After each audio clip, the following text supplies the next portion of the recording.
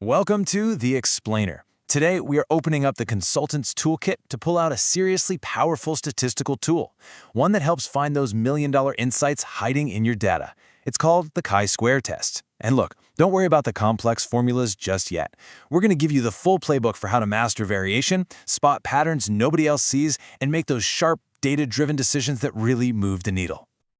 All right, let's jump right in with a scenario that I'm sure feels pretty familiar.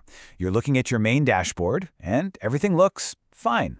Your top-line quality metric is stable, everything's green, but the folks on the ground, on the factory floor, they're telling you a different story. They're seeing weird stuff, new kinds of defects. So what do? Is this a real emerging crisis that needs a full-blown task force? Or is it just, the random noise you expect in any complex operation? This is exactly where a gut feeling can send you down the wrong path, and where data becomes your absolute best friend. In any really high-performing business, just looking at the averages can be so dangerous. Averages tell you what's happening, but they almost never tell you why. That stable defect rate, it could be hiding a massive, growing problem in one area that's being perfectly canceled out by a lucky improvement somewhere else.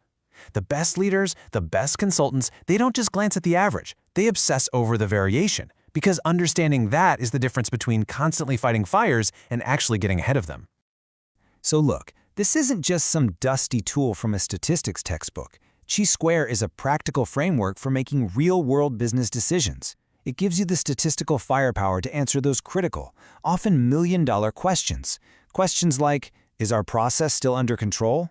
Did that hugely expensive change we just implemented actually do anything? Or are two things we thought were totally unrelated, like a specific production line and a certain type of customer complaint, actually connected? Answering these with confidence, that's the game changer. Okay, so let's get into the tool itself. The engine that drives the whole thing is called the chi-square distribution. The absolute best way to think about it is like a super specialized ruler, and it's designed to measure one thing and one thing only, the size of the gap between what you expected to happen and what actually happened. It lets you put a number on your surprise. Is this a tiny, everyday blip, or is this a massive five-alarm fire kind of difference that you need to jump on right now? Now, yeah, the official definition sounds a little scary. I get it. But the idea behind it is actually pretty brilliant. It was basically designed to check how well a theory matches up with reality. And its secret weapon is that it's based on the sum of squared differences. Squaring is the magic trick here. It means that any difference from what you expected, whether it's higher or lower, becomes a positive number. They all add up, making this an incredibly sensitive detector for any significant mismatch. And what's really cool is how these properties make it so perfect for the job. Because the values are never negative. All the small, boring differences, the random noise, they all pile up close to zero. But the big, meaningful differences, the ones you're looking for, they create these rare, high values way out in that long tail to the right. That tail, that's where the insights live. And degrees of freedom? That's just a fancy term for a calibration dial. It tweaks the shape of the curve to perfectly match the specifics of your problem, like your sample size or how many categories you're looking at. And really, it all boils down to this one simple idea. It's so intuitive. If your data is a perfect match for what you expected, the chi-square value is 0, no gap. The further reality drifts from your expectation, the bigger that chi-square number gets. And our job is to figure out at what point that number gets so big that it's no longer believable it happened by random chance alone. That's when we know we've found something real. All right, so now for the fun part, putting it to use. We've broken it down into what we call a MECE framework. That's some classic consultant speak for mutually exclusive, collectively exhaustive. All it really means is that we've got 3 distinct plays you can run. Each one is designed for a specific type of problem, and together, they pretty much cover all your bases. Knowing which play to call is half the battle. So our first play is the goodness of fit test. This is your go-to when you have a theory or a model about how things should be, and you want to check if reality still agrees. For instance, maybe your safety models predict a certain pattern for accidents, often something called a Poisson distribution, which is just a common model for rare events. This test lets you check if the actual number of accidents you're seeing still fits that pattern, or if something fundamental has changed, for better or for worse. And setting up the data is super straightforward. It's just a side-by-side comparison. In the observed column, you put what really happened. In the expected column, you put what your model predicted. So here we saw 8 weeks with 0 accidents, but our model predicted 7.5. We saw 11 weeks with 3 or more, when the model only expected about 8. The goodness of fit test takes all these little individual gaps, squares them, sums them up, and gives you that one chi-square number that tells you if your model is still a good fit or if it's broken.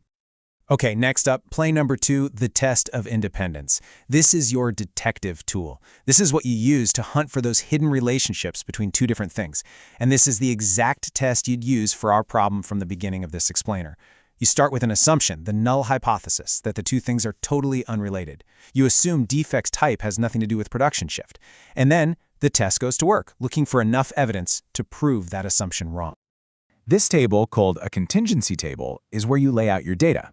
And just by eyeballing this, you might get a little suspicious, right? I mean, look at Shift C. Whoa, way more paint flaws and way fewer electrical faults than the others. But a hunch isn't enough. The chi-square test makes it rigorous. It calculates what this table should look like if there was zero relationship, and then it measures the gap between that imaginary table and this one. It's what turns a, that looks weird, into a statistically proven fact. And our final play is the test for a single variance. Think of this as the prove it test. This is how you find out if the consistency of your process has actually changed in a meaningful way. That new supplier cost 10% more, but they claim their parts are more consistent. Did that actually reduce the variability in your final product? Did that big Six Sigma project you just finished actually make your process more stable? This test gives you the hard proof you need to justify those decisions. Here, the setup is really direct. We're just comparing the variance from our new sample against the old established benchmark. So our old process had a variance of 1.5 grams squared. And yeah, variance is always in squared units. It looks weird, I know, but it's just how the math works to keep all the numbers positive. Our new sample of 30 items has a variance of 1.1. So it's lower, sure, but is it significantly lower? Or did we just get lucky and pull a good batch? That's the exact question this test is built to answer. So you know which of the 3 plays to run. Fantastic. Now let's talk about execution, because this is where the rubber meets the road. It's all about framing your question or your hypothesis correctly, because that's what tells you where to look for the answer, in the left tail, the right tail, or maybe even both tails of that chi-square curve. For variance testing, think of it like this. Are you looking for good news or bad news? If you're hoping for an improvement like proving that new supplier made things better, you want to see the variance decrease. That's a left-tailed test. And your signal, funny enough, is a very small chi-square value. But if you're looking for a problem, like a process that's becoming unstable, you're looking for an increase in variance. That's a right-tailed test, and a big chi-square value is your big red flag. It all depends on the question you're asking. Now here's the good news. For our other 2 plays, goodness of fit and independence, it's way simpler. For those, you're always looking for a big, significant gap between what you saw and what you expected. A small gap is boring. It just means your model works or your variables are unrelated. It's only a big gap that tells you something interesting is going on. That means you're always doing a right-tail test. You're always looking for a large chi-square value. Simple as that. All right, let's bring it home with the bottom line. Like any really powerful tool, you can get into trouble if you're not careful. Getting the right answer isn't just about crunching the numbers. It's about using the tool with discipline and awareness. Honestly, knowing the common pitfalls is just as important as knowing the formulas. This is what separates the real experts from the amateurs. So here are the 4 big ones to watch out for. First, if your sample size is too small, you might miss a real effect that's staring you in the face. Second, the math gets a little wonky if your expected counts in any one box get too low. A good rule of thumb is to make sure they're all at least 5. Third, and this is so important, correlation is not causation. The test can prove that Shift C is linked to paint flaws, but it will never, ever tell you why. That's your job. And finally, remember that the variance test assumes your data is basically bell-shaped. Always check your assumptions before you declare victory. So there you have it, the complete consultant's playbook for using the chi-square test. You get the strategy, you have the tool, and you've got the 3 core plays you can run. The only question left is, what are you going to go find? What hidden relationships, what costly variations, what amazing opportunities are buried in your data right now, just waiting for you to uncover them? The answers are there. Now you have the key.